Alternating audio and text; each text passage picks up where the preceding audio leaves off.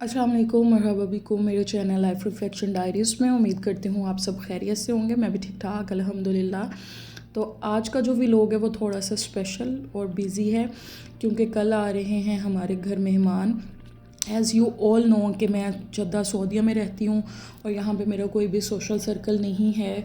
मेरे जो हस्बैंड हैं उनके कुछ फ्रेंड कोलीग्स हैं, तो लेकिन उनके साथ अभी तक हमारा ऐसा ताल्लुक़ नहीं है कि हम उन्हें दावत पे बुलाएं या वो हमारे घर आएँ। तो जो मेहमान हैं वो बड़े ख़ास हैं, वो हमारे मेहमान होने के साथ साथ अल्लाह के घर के भी मेहमान हैं। तो मेरे हस्बैंड का एक दोस्त था, वो अपनी मिसेस के साथ आए थे उम्रे के लिए, तो उन्हें हमने कल अपने घर पे इनवाइट किया था। तो मैं फ़ौरन से आई गेस्ट रूम में, सोचा क्यों ना कि गेस्ट रूम की क्लीनिंग की जाए, थोड़ी सी चीज़ें चेंज की जाए। तो यहाँ पे मैं गेस्ट रूम की जो बेड है उसकी बेडशीट चेंज कर रही थी। बेडशीट चेंज करने से जो रूम है ना आपका, वो बहुत सारा फ्रेश और क्लीन लगने लग जाता है।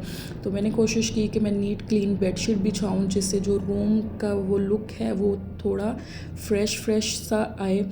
तो पाकिस्तान में तो ये होता है कि आपके घर मेहमानों का आना जाना लगा रहता है। अम्मी के घर में हमेशा अम्मी के साथ मेहमान डील करती थी, तो मैं बहुत सारी एक्साइटेड इसलिए भी थी कि ये मैं शादी के बाद पहली दफ़ा अकेले मेहमानों को डील करने वाली थी, और साथ ही साथ थोड़ा सा नर्वस थी, बट नर्वस इतना नहीं थी। आई नो कि मैं इंशाल्लाह सब कुछ बड़े अच्छे से मैनेज कर लूँगी।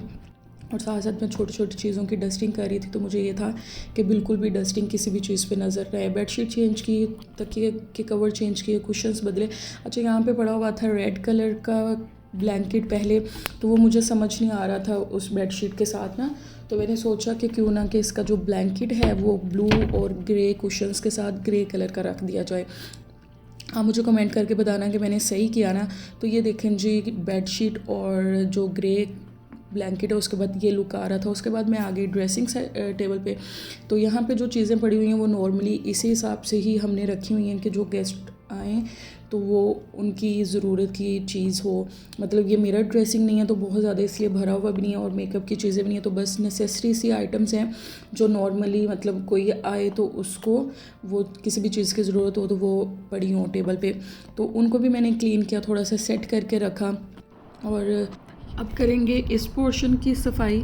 और साथ ही साथ ना मुझे ये लगता है, मैं ये सोचती हूँ कि जो गेस्ट रूम है ना वो थोड़ा सा सिंपल होना चाहिए, उस पर बहुत सारी चीज़ें नहीं होनी चाहिए। डेकोरेशन के हवाले से बस सिंपल सा होना चाहिए, क्योंकि भरा हुआ गेस्ट रूम इतना अच्छा नहीं लगता। चीज़ों को सफाई के साथ तरतीब के साथ रखा हुआ हो और बस सिंपल सा हो तो मेरे लिए ये ज़्यादा फ़ाइन लुक होता है। पॉजिटिव फील देने के लिए मैंने यहाँ से इसके ऊपर जो शीट थी वो उतारी। और नॉर्मली क्योंकि मैं और मेरे हस्बैंड होते हैं घर में और कोई भी नहीं होता, तो मैं ना बस जब वॉइस ओवर करना हो या कोई काम करना हो तो इस लैपटॉप पे करती हूँ, इस रूम में आकर, वरना इस रूम में कोई भी नहीं आता जाता। लेकिन फिर भी डस्ट जो है वो चीज़ों पे पड़ी जाती है। कमरे इवन के लोग भी हो तो आपकी चीज़ों पे हल्की फुल्की सी डस्ट होती है। यहाँ मैं कर रही थी टेबल की क्लीनिंग। और अच्छा, मैं ना गेस्ट रूम साफ़ करते हुए यही सोच रही थी कि हमें ना गेस्ट रूम भी उसी तरह क्लीन करना चाहिए, उसी तरह रेडी करना चाहिए जैसे हम अपना बेडरूम करते हैं। और मेरी ये कोशिश भी होती है कि मतलब मैं दूसरों के लिए भी वही काम करूं जो मैं बज़ाते ख़ुद अपनी सेल्फ़ के लिए पसंद करती हूँ। तो इसीलिए मैंने बड़े ही दिल से क्लीनिंग की। और साथ ही साथ क्योंकि मैंने आपको पहले भी बताया कि मेरे जो मेहमान हैं वो पहली दफ़ा आ रहे थे मेरे घर में, तो मेरा तो ये था कि मैं मतलब हर तरीके से ना हर चीज़ रेडी करूँ, क्योंकि जो मेहमान है ना वो अल्लाह की रहमत होते हैं। और मैं यही हमेशा सोचती हूँ कि जो चीज़ मुझे सुकून दे वही मेरे मेहमानों के लिए, वही लोगों के लिए भी होनी चाहिए।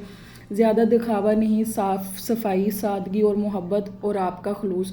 और यही मेरे नज़दीक जो है ना वो असल मेहमान नवाजी है। यहाँ एक लुक आप देखें कि गेस्ट रूम बिल्कुल रेडी हो चुका था, क्लीन था।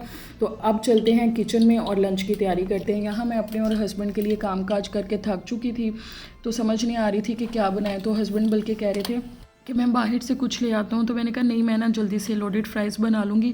और साथ ही साथ मैं आपसे शेयर करती हूँ लोडेड फ्राइज़ की रेसिपी, बहुत ही आसान है। तो यहाँ पे मैंने ना कुछ सॉसेस ले ली थी जैसे कि मायोनीज़ और केचप, बारबेक्यू सॉस है, चिली सॉस है।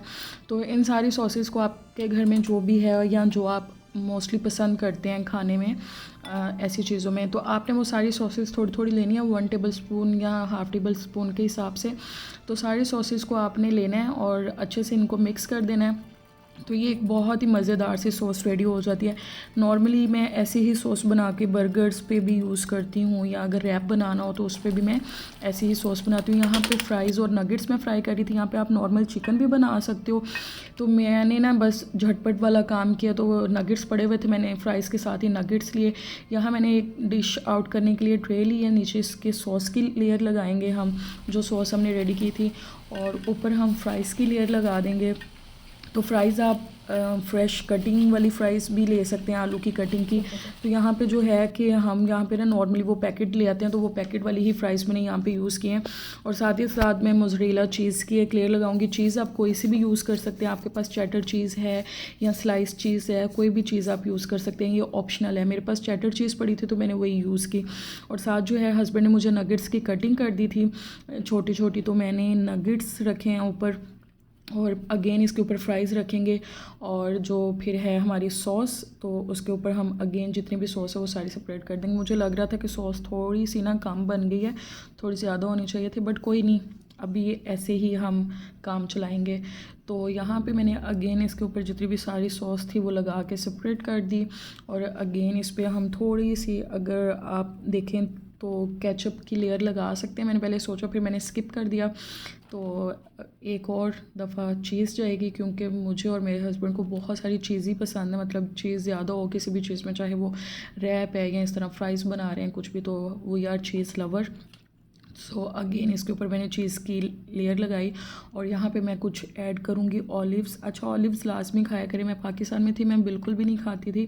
यहाँ आकर मुझे पता चला है कि अरेबिक्स बहुत से मतलब इनकी फेवरेट चीज़ है ऑलिव्स। यहाँ पे ऑलिव्स का अचार भी होता है, पिकल होते हैं ऑलिव्स के डिफरेंट फ्लेवर्स में। और हमारे नबी पाक सल्लल्लाहु अलैहि वसल्लम भी अपनी ख़ुराक में ऑलिव्स का इस्तेमाल करते थे। तो इसलिए आप भी अपनी रूटीन में, मतलब चाहे अगर वैसे नहीं तो इस तरह करके ना ऑलिव्स का इस्तेमाल किया करें। अच्छा, यहाँ पे मैंने जो फ्राइज़ थी वो ओवन में रख दी थी, फ्राइज़ रेडी हो चुके थे, और यहाँ मैं बना रही थी ड्रिंक। और ये जो ड्रिंक है ये बहुत ही स्पेशल बनती है, बहुत ही मज़े का इसका फ्लेवर बनता है। थोड़ा सा इसमें ब्लूबेरी जूस ऐड किया और साथ में 7 अप ऐड की। तो ये जो है ज़बरदस्त सी ड्रिंक, और साथ में लोडेड फ्राइज़ भी रेडी थे। तो ये था आज का व्लॉग, गेस्ट रूम प्रिपरेशन और क्विक लंच आइडियाज़ के साथ। अगर आपको भी रियल लाइफ होम व्लॉग्स अच्छे लगते हैं तो वीडियो को लाइक ज़रूर कीजिएगा, कमेंट में बताइएगा कि आप मेहमानों के लिए क्या स्पेशल प्रिपरेशन करते हैं। मिलते हैं नेक्स्ट वीडियो में। अल्लाह हाफ़िज़।